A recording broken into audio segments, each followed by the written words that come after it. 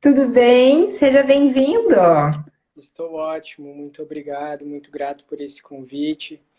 Fiquei muito feliz de a gente poder estar aí hoje tendo esse bate-papo. Eu também, ainda mais sobre um assunto tão importante, tão delicado e tão profundo, né? E quero te agradecer, dizer que é uma honra acompanhar a tua trajetória. Uma curiosidade para quem não sabe, gente, vou confessar, tá? Que há uns 12 anos atrás, deixa eu ver, deixa eu calcular. Sim, a gente estava trabalhando junto, 12, 10 mais ou menos, né, Lucas? Quase 12, 10. É, por aí, Quase, uns deixa eu 10 ver. anos. Uns 10 É, anos uns no mínimo, 10. né? É, eu era estagiário na época, no primeiro semestre de psicologia. E foi tão bacana, a gente deu bem já no primeiro dia, né? Eu já recebi feedbacks. Brenda, vamos focar porque vocês estão conversando muito. Verdade, verdade. Foi Falei, uma conexão ok, muito bora rápida. lá. Que bacana, que bom. Lucas, primeira coisa que eu quero te perguntar é assim, ó, conta pra gente por que que tu entrou no mundo da psicologia, por que que tu escolheu esse caminho? Conta pra nós, deixa as pessoas te conhecerem, por favor.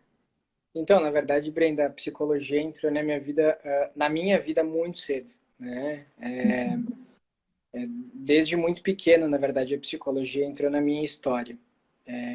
Eu, aos 6 anos de idade, atravessei o caminho de uma psicóloga muito especial para minha vida também, que era a Sandra, lá de São Marcos, em decorrência a tudo aquilo que na minha vida estava se atravessando, né? Então, para contar um Uhum. pouquinho assim da minha história, né? Quando eu tinha 1 ano e 9 meses, a minha mãe descobriu um câncer, né? Linfoma na época. Um câncer hoje já bastante conhecido, mas que na época não era conhecido, né? Na época era um câncer muito novo, se tinha poucas informações sobre e tudo mais, então minha mãe foi acometida por linfoma quando eu tinha 1 ano e 9 meses. E desde então a gente acabou passando por uma batalha enorme, né? Que foi de muitos tratamentos, hospital, voltava para casa, hospital, voltava para casa. E a gente foi percebendo que realmente tinha aí uma dificuldade enorme de a minha mãe ficar bem, né? Minha mãe acabou sendo acometida por um câncer que tinha poucos recursos na época, que pouco conhecimento se tinha sobre a doença, então ela acabava sendo utilizada para muitos testes, né? Acabava sendo utilizada para laboratório, literalmente, né? E aí, com 6 anos de idade, mais ou menos, né? Eu já tinha quase 4 anos aí de caminhada de câncer, quando isso começou, e eu acabei, então, começando um processo terapêutico, até mesmo para prevenção, né? De um trabalho inicial de luto, caso viesse isso tudo a acontecer, e também para trabalhar, né, o meu psiquismo naquela época que acabava estando um pouco abalado, né, por a minha mãe fazer o tratamento em Porto Alegre e eu acabar morando em São Marcos. Então a gente ficava períodos muito distantes, né, Distantes. por longos períodos distantes.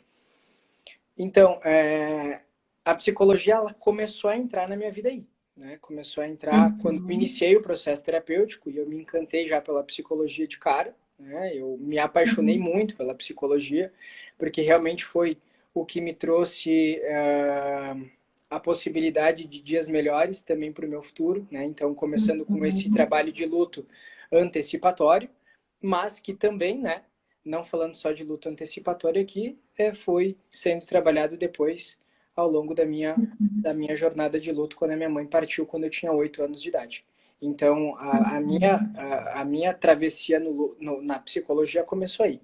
Confesso que a psicologia não era o meu foco inicial assim na minha vida da adolescência, assim, né? Mas que acabou se confirmando, né? Até estava falando com a Mirielle agora, eu disse, eu vou contar uma coisa aqui na live que eu acho que eu não sei se eu contei para alguém isso, como realmente a psicologia entrou na minha vida. Eu ia entrar em engenharia mecânica, estava prestando vestibular para engenharia mecânica, vim de São Marcos com 16 anos, comecei Senai, ia fazer engenharia mecânica, estava tudo certo. Na minha vida isso já estava muito, muito concretizado, né? Mas eu e a matemática, a gente a gente acaba não tendo uma afinidade tão grande. Um match perfeito, né, Lucas? Eu não sou uma pessoa que tem o domínio da matemática, muito pelo contrário, né? Eu tenho uma dificuldade enorme. E eu não me via dentro do Senai, né? E aí um dia eu estava com a Márcia Martini, né? Ai, Que, gratidão pela perdoe-se existência se as desse ser lágrimas, humano no mundo. se me desculpem se as lágrimas vierem aos meus olhos agora, porque foi É um uma dia em que eu pessoa muito especial. estava, uma pessoa muito especial para mim, né? Para mim, para minha família, para minha vida, para a vida da minha irmã também, né? Então, foi um dia em que eu estava no Shopping São Pellegrino, e ela estava em um trabalho junto com a Mirielle, elas estavam tomando um café, fazendo um coffee work, assim, e ela estava falando da psicologia e aquilo ficou na minha mente. E aquilo ficou na minha mente, aquilo ficou... me trouxe um desejo enorme de conhecer ainda mais sobre a psicologia. E eu comecei a pesquisar mais, e já com mais ou menos 11, 12 anos sendo analisado, né, em processo terapêutico, eu disse, cara, é isso. Não é engenharia mecânica, é psicologia que eu quero para minha vida. Então, eu acabei mudando todo o meu Sabia rumo, disso. minha história. Eu acho que pouquíssimas pessoas sabem disso, né? Eu não sei se eu contei para alguém isso, porque é uma coisa que me emociona Com muito. certeza. É uma coisa que me emociona muito, né? A perda da Márcia para nós foi muito duro. Era alguém dentro da nossa história e do nosso mundo. Realmente fazia E eu vou. um significado enorme, né? Eu, e eu aproveito assim para refletir sobre isso, né, Lucas? Porque em dois aspectos, assim, a Márcia, gente, para contar para vocês, foi a minha professora de RH num momento da minha vida em que eu saí de uma cidade lá do interior, chamada Vacaria, e tinha ido para Caxias, estava com 15 anos de idade, toda aquela mudança naquela fase da adolescência, e eu fui estudar num curso técnico que era no CETEC, então de manhã eu tinha aulas do ensino médio normal e de tarde eu tinha aulas do curso de administração. E, Lucas, eu me lembro até hoje do dia que ela entrou com uma blusa branca, com os anéis maravilhosos. Ela estava sempre linda, e linda de dentro para fora. E ela escreveu no quadro a palavra feedback, fez um círculo e começou a falar sobre feedback do primeira aula. E eu juro por Deus, e eu também me emociono. Naquele momento eu falei, eu vou trabalhar com isso. Eu quero isso. Ela é minha mentora de luz, eu quero isso. E depois toda a minha caminhada na questão do RH e de pessoas como um todo, ela é a minha mentora espiritual nesse sentido. Assim, eu acho que é uma pessoa de muita luz. E, e ela que me ajudou no estágio, ela que me ajudou nesses primeiros passos profissionais. Então, que legal que ela também te tocou. Eu não sabia disso, fiquei emocionada, porque acho que é mais Na uma verdade, forma de honrar. Que legal. né, Brenda, a Márcia foi quem acendeu em mim a luz, né, da psicologia, que me ajudou a escolher o meu caminho, né? Então, Hum, foi através das conversas que elas estavam tendo ali, de vários trabalhos que elas tinham. E desde muito tempo eu convivia com a Márcia, e isso nunca foi algo que me acendeu, mas que naquele dia foi o que o meu caminho acabou seguindo, né? A psicologia. que legal, que bom, que gratidão. E me conta uma coisa, por mais que seja um assunto bem profundo, tu vai até onde tu se sente confortável, tá? Estamos num ambiente seguro também. Como é que tu cuidou das tuas dores? Como é que tu lidou com o luto? E como é que foi esse processo? Porque quando a gente para refletir sobre a morte como um todo, né, é um assunto que muitas pessoas não se sentem confortáveis, inclusive eu. Confesso que nem eu me sinto confortável. E eu não sabia, mas acho que essa questão da preparação de lidar com a doença, né? Quando alguém está fazendo um tratamento, quando pode haver um risco, é algo que talvez proteja um pouco mais, prepare um pouco mais, apesar de sempre sabermos que não é fácil. Mas como é que tu cuidou nesse sentido, assim, além da terapia, teve algum outro alicerce no teu caminho? Eu acho que eu não posso deixar de comentar, né, Brenda, que eu tive alicerces muito importantes para minha vida, né, que foi a minha irmã e meu pai, né. E além da minha irmã e do meu pai, a Iva, né? Que é a minha eterna babá, né? Que foi quem... Imagina, ela começou a trabalhar na minha casa lá como babá. Babá, né? Super Uhum. infantil isso, mas né, como era na época, né? Antes mesmo de eu nascer. Né? Então a minha mãe escolheu ela para me cuidar. E ela falou: olha, eu só tenho confiança de deixar o Lucas contigo. Então, a minha mãe era a minha mãe era uma base, era um pilar seguro para muitas pessoas, para a família dela e para Uhum. nós também, né? Para a família dela no sentido ali de mãe e pai. Então, eu tive esses alicerces porque a minha mãe sempre foi alguém muito família e ela sempre desejou família unida e a gente manteve essa família unida. Então, os meus alicerces foram a Iva, a minha irmã, meu pai e toda a minha família, porque a minha família é muito unida, tanto por parte de Que mãe quanto por legal. parte do pai. Então, assim, nos momentos difíceis, não era só a terapia que me ancorava, né? Era também Claro. as pessoas, as informações que eu, que Rede eu, de que eu tinha apoio. sobre aquilo que estava acontecendo, né? Elas precisavam ser meu porto seguro também para que eu pudesse me atracar, né? Nesses momentos de desespero que foram muitos, né? Eu lembro de muitos momentos Uhum. de muitos desesperos, mas te confesso também que eu sempre fui um paciente, terapeuticamente falando, assim, muito assíduo, assim. Eu sempre fui muito, Uhum. muito, muito, muito assíduo. Eu lembro que eu nunca perdi um dia de terapia. Para mim é sempre o melhor investimento que eu fiz na minha vida e na minha carreira, tanto profissional quanto pessoalmente falando. Então, cuidar das minhas dores sempre foi olhando para elas, sempre foi Uhum. realmente tendo espaços para poder falar sobre ela dentro daquilo que também me oportunizava, né? Com os meus alicerces, e quando também era difícil para eles tolerar a minha dor, né, eu tinha o meu espaço terapêutico para poder também organizar todas as dores que se atravessavam em uma perda muito precoce, né? Imagina, a minha mãe Uhum. descobriu o câncer, ela tinha 39 anos, né? Ela faleceu Nossa, com 45, né? Então, era uma perda muito precoce.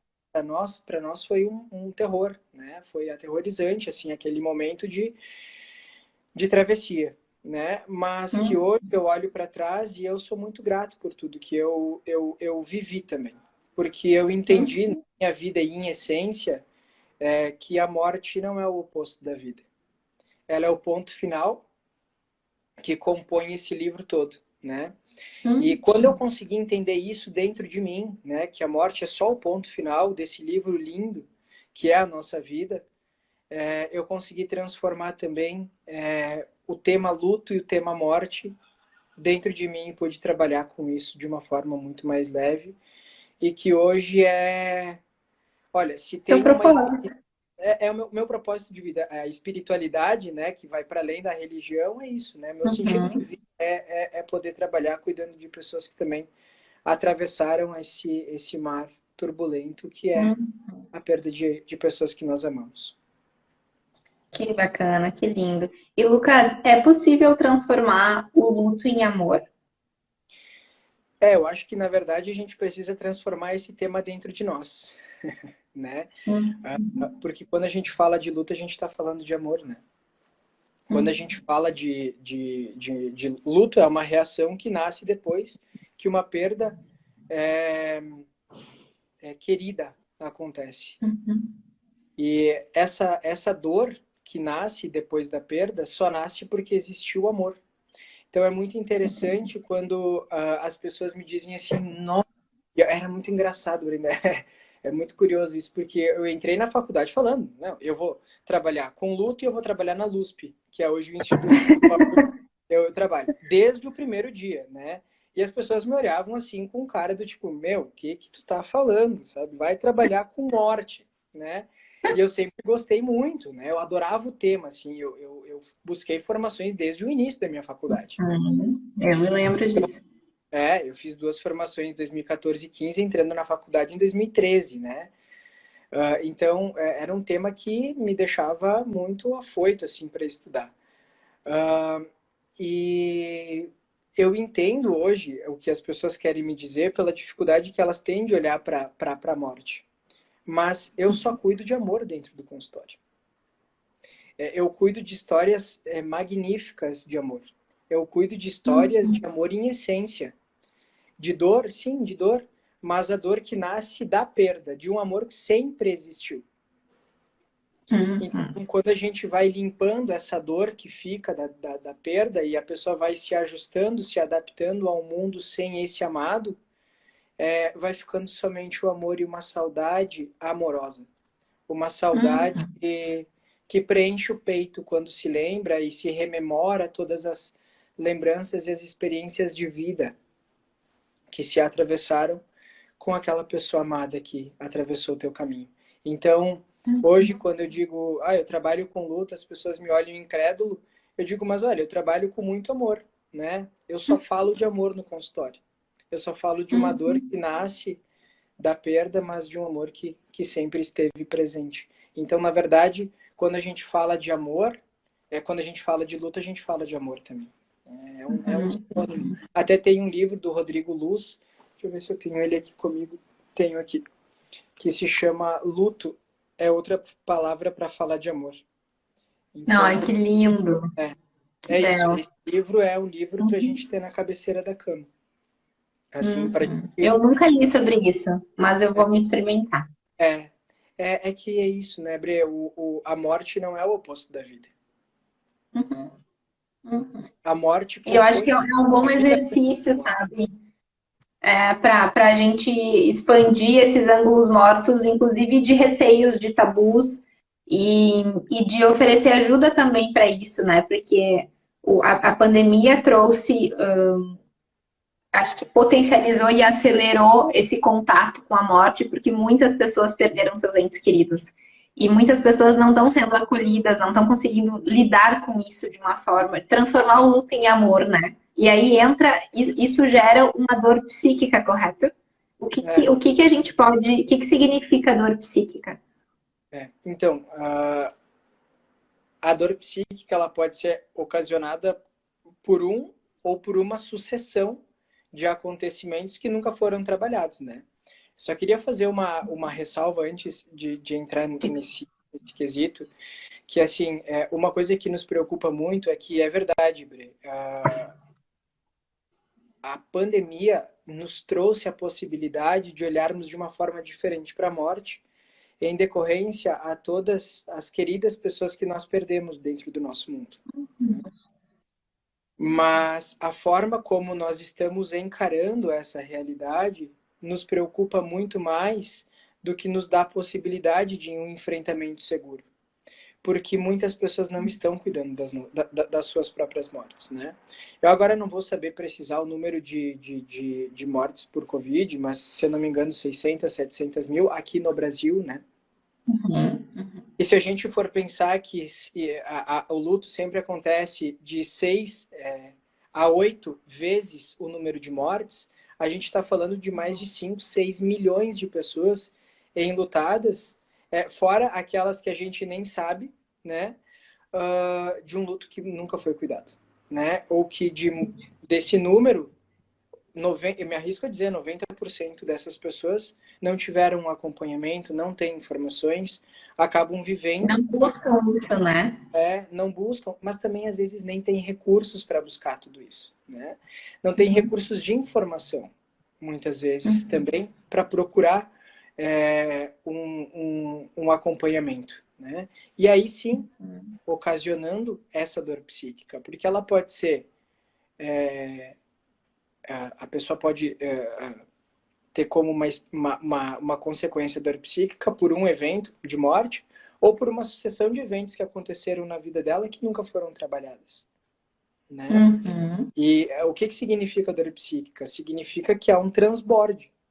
É um transborde de dor que excede um limite que antes era presente. Ou seja, ultrapassou a borda daquilo que eu tolerava, né? E E eu aí a posso, pessoa adoece, né? e aí eu posso me sentir muito pequeno para enfrentar isso.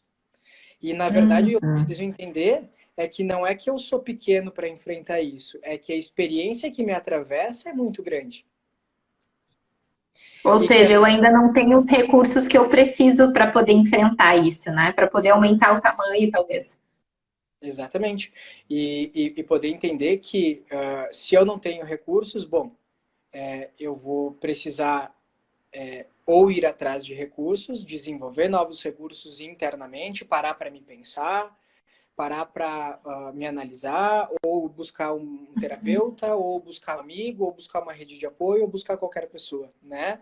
Porque a dor psíquica, ela pode me gerar uma excelentíssima oportunidade. Eu tenho a oportunidade de, Uhum. através dela, construir novos recursos. Então, passar bem por essa experiência, me deixando recursos que eu posso utilizar para o longo da minha vida depois, né? Mas eu também posso atravessar essa experiência de um modo muito sequelar, de um modo que eu realmente adoeça, né? Uhum. E o que entra em cena aqui, que eu acho que essa é a beleza da psicologia, e eu acho que é isso que é o que me encanta mesmo, né? É eu poder fazer essa composição da minha vida inteira. Eu preciso considerar tudo que existiu na minha vida ante esse acontecimento, essa dor psíquica, para poder entender quais são os meus recursos para enfrentá-la.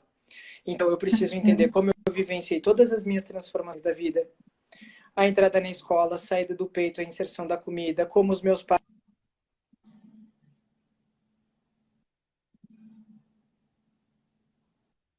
Lucas, está travando um pouquinho a internet.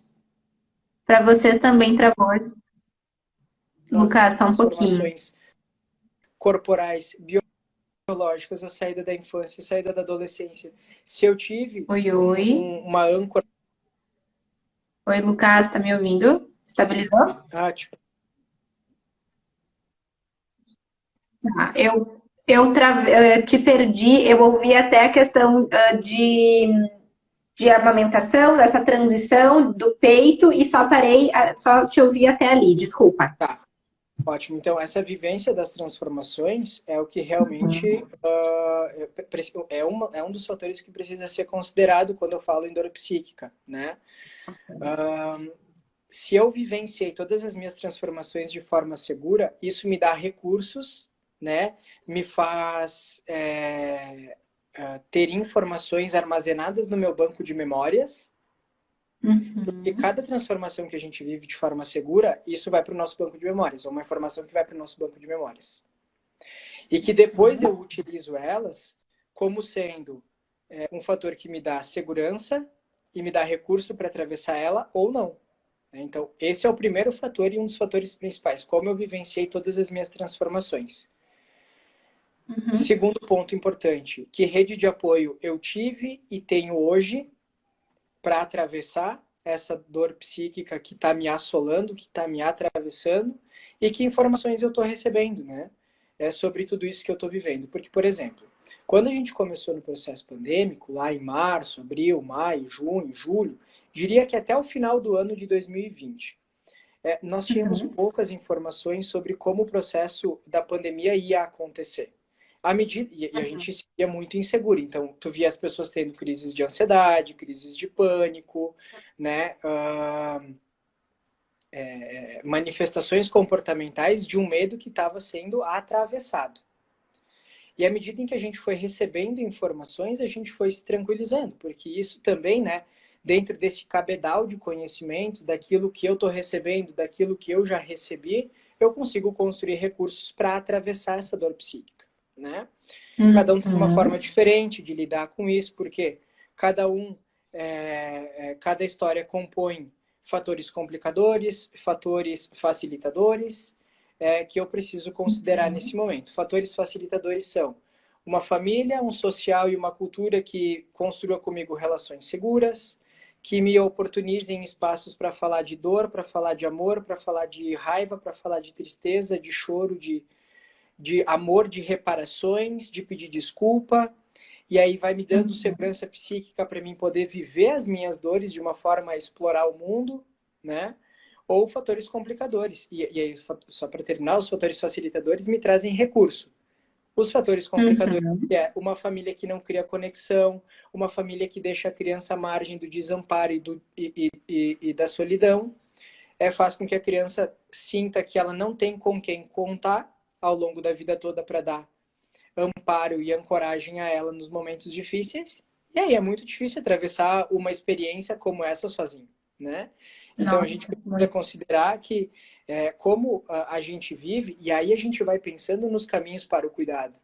Os caminhos para o cuidado nascem de nós, da nossa idade que tem os nossos filhos, que precisamos auxiliá-los a atravessar tudo aquilo que compõe a vida dele de uma forma segura.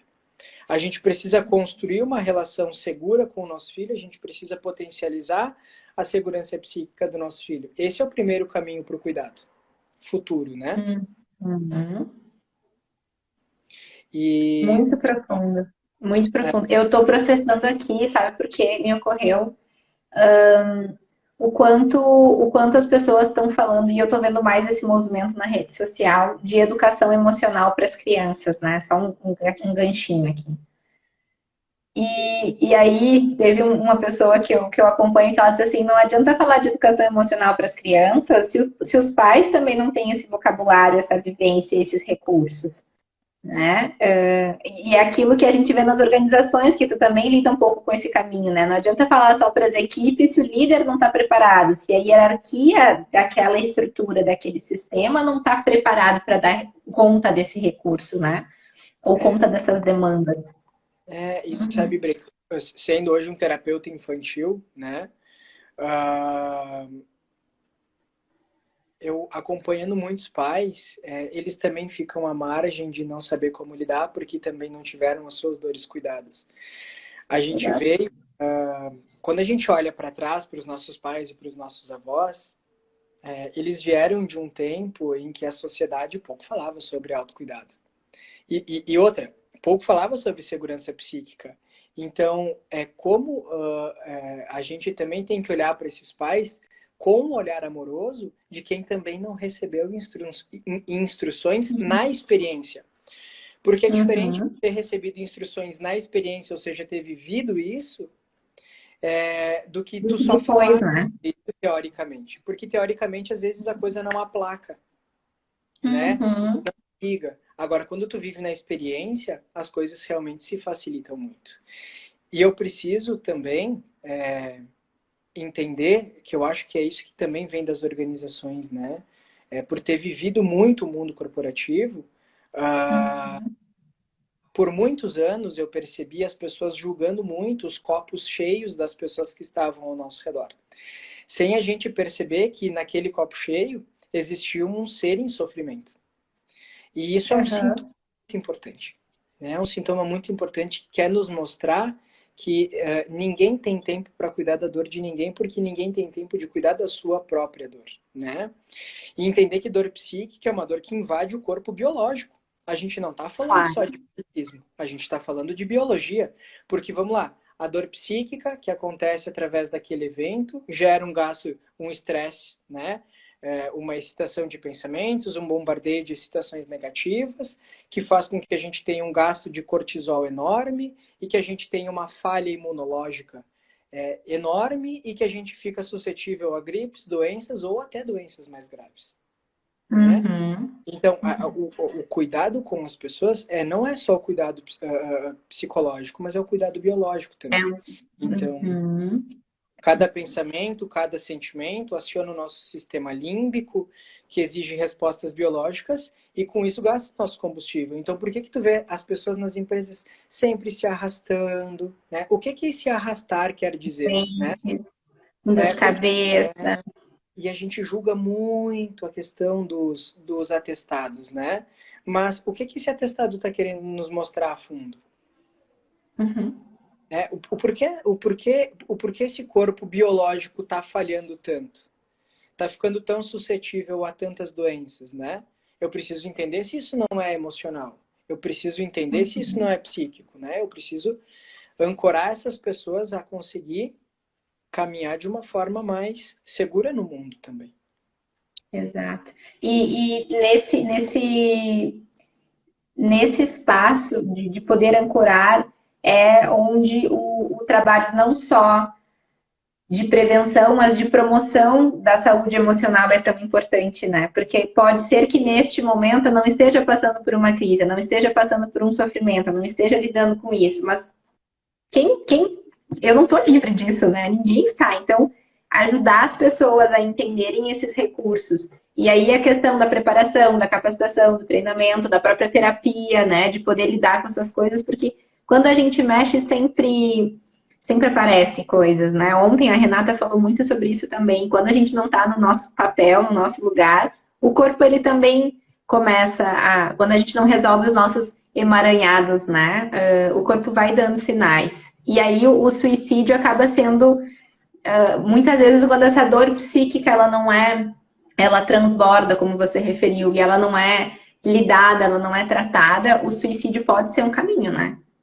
É, a gente precisa entender que hoje a gente vive numa sociedade que fala muito, pouco ouve, julga mais do que acolhe, né? E como eu disse, isso é um sintoma. Essa indisponibilidade emocional nos mostra duas coisas importantes.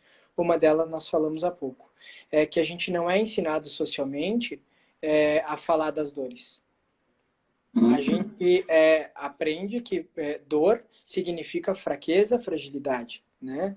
Eu vou te dizer, Brenda, 90% dos meus pacientes que aqui chegam com combustível, com o tanque de combustível completamente vazio.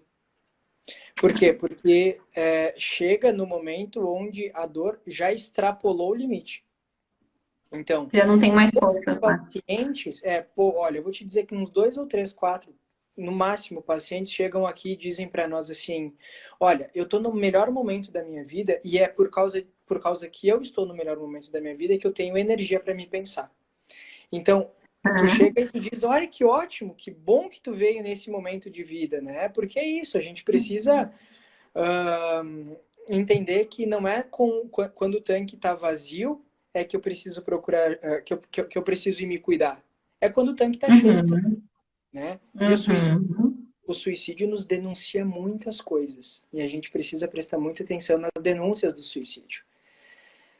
Quando o suicídio acontece, o suicídio denuncia o que no social não vem funcionando. Por quê? Porque não existe mais espaço para ser. Não há mais espaço para lágrimas, né? Cada um por si, né? Essa vivência de relações que se esvaem, como Bauman falava, né? Relações líquidas, né? Uhum. E uma coisa que a gente precisa entender muito e de forma muito profunda com o suicídio é que não tem como impor a vida aonde não há espaço. O que a gente precisa é falar, abrir espaço para que essa pessoa, a dor e do barulho ensurdecedor que está dentro dela, em que às vezes pensar sobre a morte pode trazer alívio. Então, às vezes, quando a gente cuida de pessoas que têm um histórico de ideações suicidas e que conseguem atravessar esse momento, eles nos dizem assim: não me ajudava quando as pessoas diziam para mim, tá, mas olha só, tu tá vendo a vida que tu tem um apartamento maravilhoso, tu tem um carro excelente, tu tem filhos, tu tem uma mulher maravilhosa, tu tem isso, tu tem aquilo, tu tem emprego bom, não cabe vida aqui dentro. Essa pessoa está falando que não tem mais espaço para nada.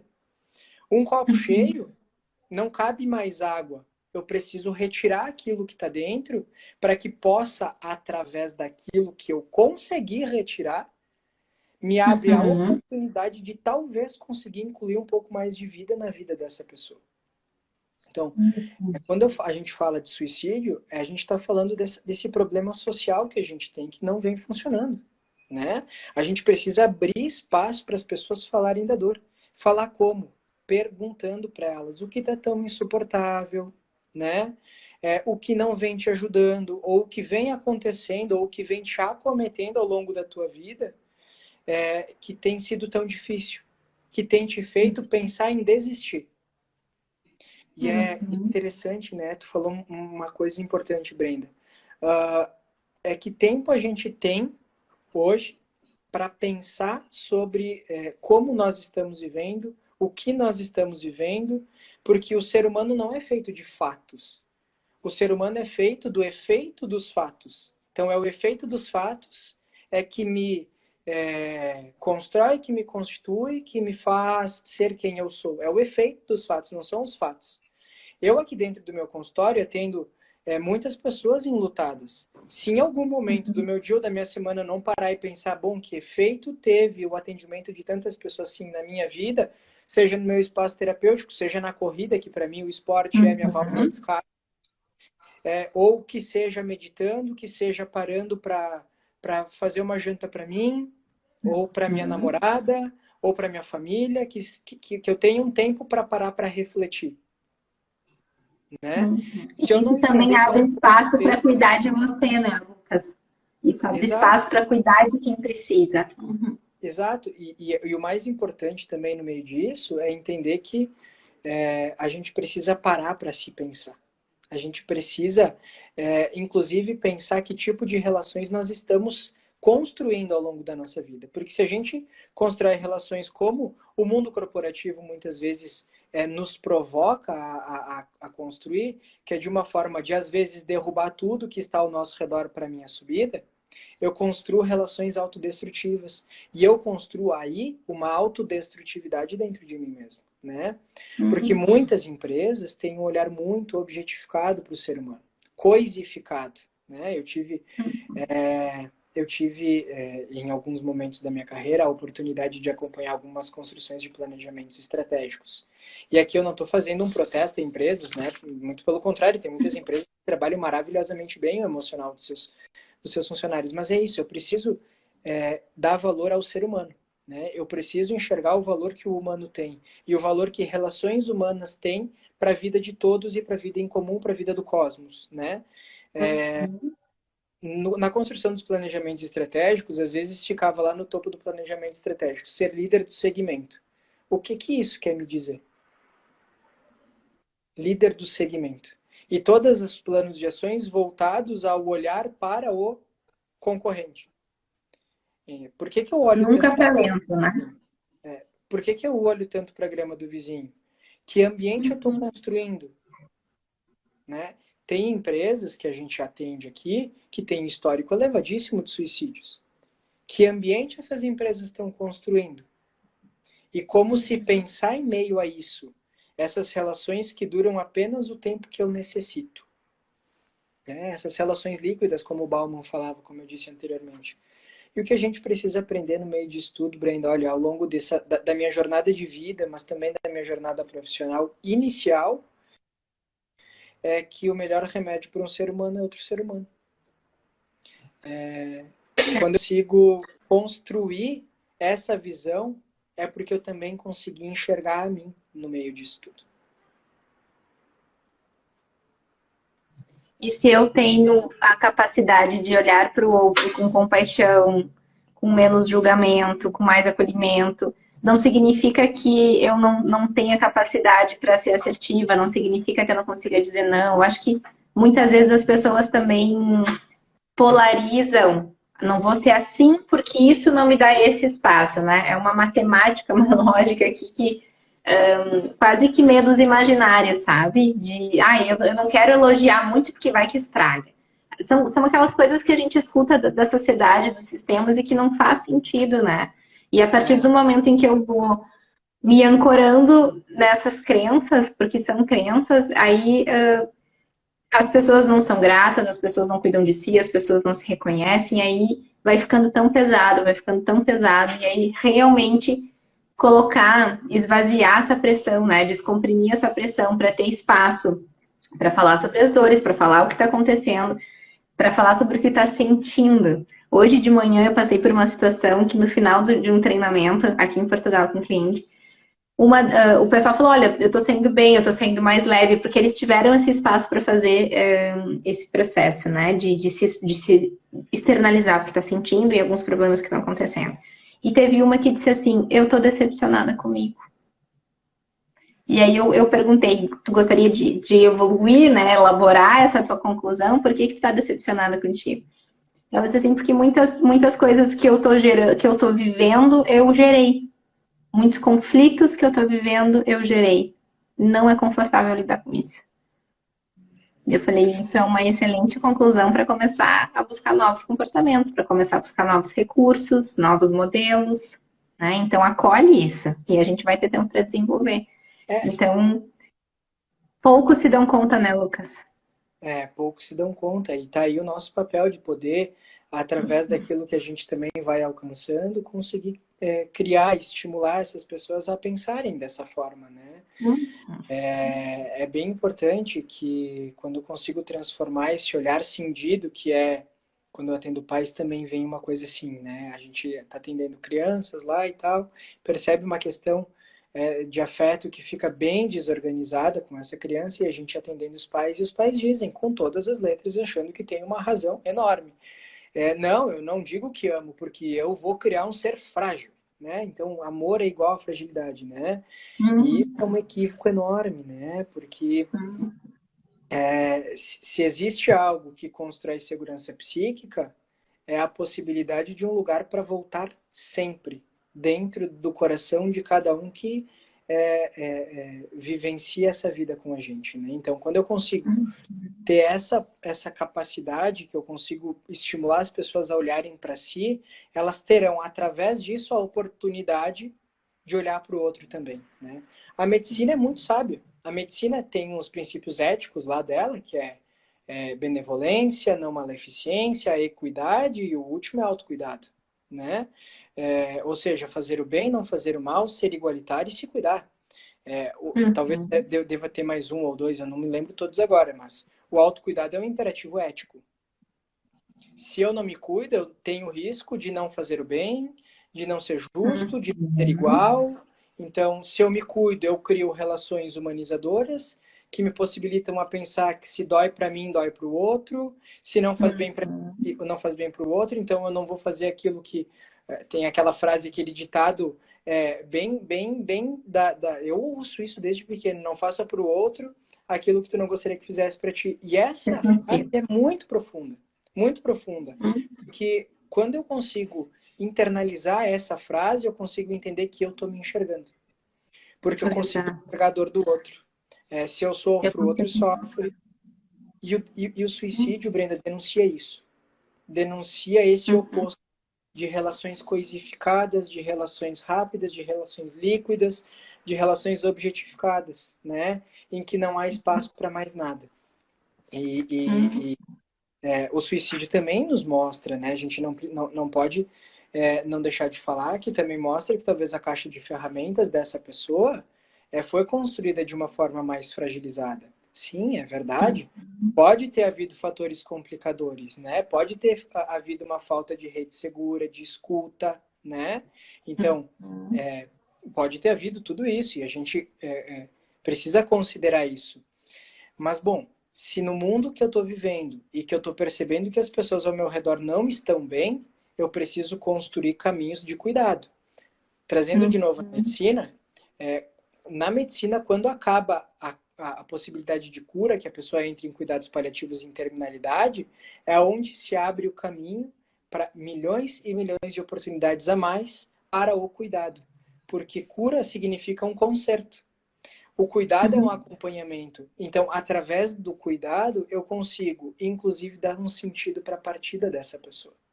Então, eu acho que o suicídio, ele é uma forma em que a gente precisa olhar para ele e entender o que ele está através dessa dificílima experiência que atravessa muitas pessoas aqui querendo nos dizer. Porque ele comunica muitas coisas. Ele comunica muitas coisas. Por que que na pandemia muitos adolescentes se suicidaram? Os percentuais aumentaram muito no Brasil. Eu estava olhando os indicadores e fiquei assustadíssima. E assim, suicídio de crianças de 11 anos de idade. Chegou para nós atendimentos de suicídios de crianças com 9 anos de idade. Né? Caramba! Então, aonde fica a segurança dessas crianças? Em uma margem de desamparo muito grande. Né? Tem uma frase do Cassorla, e a gente precisa se dar conta disso, porque o suicídio nos ensina muito. Que diz assim, eu até anotei aqui, eu vou até pegar. Não temos que perder nenhum minuto de vida, nem corrermos tão rápido a ponto de não dividir a nossa poluição com alguém. Essa partilha nos faz perceber a beleza do que é viver e, acima de tudo, de sentir-se vivo. É isso, ó. É Hum, parar para dizer, vamos conversar um pouco, vamos se porque olhar, vamos vamos se desligar o olhar. celular e se ver. E assim, ó, um pai que não tá bem, uma mãe que não tá bem, não vai para casa para aterrorizar o ambiente. Vai dar uma volta de carro, vai ouvir uma música, vai se pensar, vai se reequilibrar, vai chorar, liga para um amigo, liga para um terapeuta, liga para alguém, descomprime essa dor, para que não hajam resquícios dessa poluição que não saiu para fora nas outras pessoas ao teu redor, né? E Hum, esse, Brenda, para voltar um pouquinho da questão do meu lugar na psicologia, foi aqui que eu me encontrei. A psicologia é isso na minha vida, né? Eu encontrei os meus lugares e o meu lugar para poder falar sobre a minha poluição, para dividir a minha poluição. hum, E quando eu hum. encontrei isso, eu encontrei um valor tão grande nisso que eu também precisava cuidar da poluição das pessoas ao meu redor. E que bom que as pessoas podem contar contigo. Que bom que tem no mundo pessoas como você. E isso me deixa tão feliz, assim, me deixa tão alegre. Pessoas que têm o seu propósito, pessoas que têm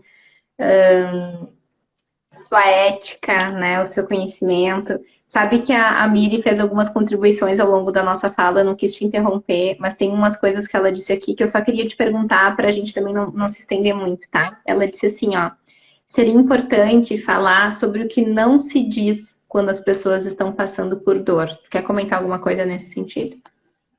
Sim, podemos comentar. Acho que isso é algo bem. E eu quero fazer uma provocação aqui. Na verdade, Bora lá. é um olhar mais amplo. Quando nós éramos pequenos, dentro dos nossos caos infantis, o que realmente funcionava para acalmar a criança? Fala da mãe ou o colo da mãe? O que mais acalmava? O colo. Colo, com certeza. O colo tem e cria dentro de nós registros de toque e registros celulares que só pelo toque nos acalmam. O que eu quero dizer com isso? Em muitos momentos, pessoas que atravessam, que têm pessoas do seu convívio que estão atravessando um processo de luto, precisam entender que somente um abraço fala mais do que qualquer coisa. Então, assim, Uhum. por exemplo, falar, seja forte, é, Vai passar. vai passar, com o tempo passa, são coisas que, além de não contribuírem, geram uma raiva enorme nessas pessoas, né? Geram uma raiva estrondosa, porque daí tu vai dizer que vai passar e seja forte para um pai que perdeu um filho, como a gente atende aqui às vezes, de 3, 4 meses, né? Mas é porque Deus quis assim, porque esse era o caminho dele, porque ele cumpriu a missão dele aqui, né? Sim, isso, quando as pessoas falam isso, é protetivo, é muito protetivo, né? As pessoas querem cuidar das outras, mas ao mesmo tempo é um cuidar atrapalhado, em que somente um abraço traria Pode memórias acolher muito mais, né? conscientes, físicas e celulares que vão dizer em um colo seguro e protetivo, chora no meu ombro, Uhum, coloca para fora toda a tua dor, né? Tu uhum. tá em um ambiente seguro para isso. Então, o que não falar também é muito, muito, muito um sinal de cuidado. Uhum. Ai, que legal. O próprio Lucas está falando aqui, ó, que concorda contigo. Tem pessoas que o toque conta muito. E é verdade. E às vezes a gente também. A própria pandemia trouxe isso, né? O quanto eu estava sentindo falta de toque, de amor, de carinho. Não bastava falar com as pessoas, ver as pessoas. Era isso, né? O silêncio do colo. Acho que não tem lugar melhor de vez em quando para a gente visitar, se permitir visitar, né? E que a Que gente possa legal. encontrar os colos maternos nossos por aí, pelo mundo afora. E que a gente também possa ser colos maternos e paternos e fraternos para as pessoas ao nosso redor. Porque é isso, né? O que Uhum. a Bíblia já dizia, amai-vos uns aos outros, né? Então, Uhum. tá na essência da Bíblia. Uhum. E tá na Aham. nossa essência, a gente só precisa. Não é só, né? Eu acho que é um convite aqui, não é só por causa do Setembro Amarelo, mas todo o teu conteúdo, toda a tua partilha é um convite para a gente repensar na forma que a gente gere a nossa agenda, gere as nossas relações, a forma com que a gente está e é dentro das relações, dentro desses espaços, porque muitas vezes nós somos os responsáveis por gerar dor psíquica no outro, né? Então, a gente precisa ter cuidado sobre isso, a gente precisa se colocar no outro lugar, né? Para ter um pouco mais de sensibilidade, de atenção. Muito importante. Nossa, tive tantos insights, Lucas, tão profundo. Muito obrigada, assim, por desmistificar algumas coisas, por trazer de uma forma assim tão clara, tão fluida, tão objetiva. Tu gostaria de fechar a nossa live com alguma mensagem, com alguma fala final? Hum. Olha, não preparei nada, confesso que não preparei nada para mas eu queria dizer, né, que olhar para si é a oportunidade que a gente tem de realmente transformar o mundo, né? À medida em que a gente consegue entender o que significa um mundo melhor, a gente entende com profundidade que ele começa por nós mesmos, né? Cuidando das nossas próprias dores e abrindo possibilidade para nós também sermos estradas iluminadas e caminhos seguros para a vida das pessoas também. Então, fica aqui também, talvez, as minhas provocações no sentido do nosso cuidado e fica o meu afetuoso abraço em todo mundo, né? Um abraço seguro, um abraço protetivo, um abraço que possa também dar colo para todas as dores das pessoas que talvez aqui nos ouviram. Então, fica aqui o meu agradecimento a ti, Brenda, por ter me oportunizado falar sobre isso, né? E oportunizado iluminar um caminho que é realmente de muita para minha história. Querido, muito obrigada. Um abraço muito apertado em você, com carinho, com gratidão. Eu me orgulho muito da tua trajetória e não me canso de falar isso. Me orgulho muito da Mirielle, me orgulho muito da história que vocês construíram. E, e como é bom poder ter modelos, referências, por mais que vocês tenham passado por uma dor muito forte, vocês aprenderam, vocês evoluíram, vocês hoje ajudam muitas pessoas nesse sentido também. Então, ver vocês realizando o propósito cada vez com mais energia, com mais amor, me deixa muito feliz. E muito obrigada a você, muito obrigada a todos vocês que estiveram aqui conosco. Compartilhem se vocês gostaram desse assunto, né?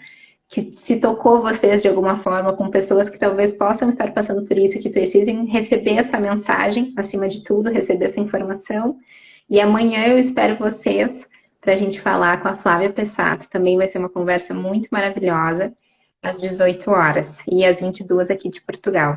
Lucas, fica bem. Um Um abraço muito abração, carinhoso Bre, para ti, obrigado tá? por tudo, obrigado pelo convite. Um abraço a todos também. Tem o Cássio e a Shelly aí, que trabalharam com a gente lá na Expresso. Oi, Nossa, turma! tempo que eu não via essa galera. Um abraço neles também. Foi muito bom. Obrigada. Um beijo. Fica bem. Tchau, Até, pessoal. Muito obrigada.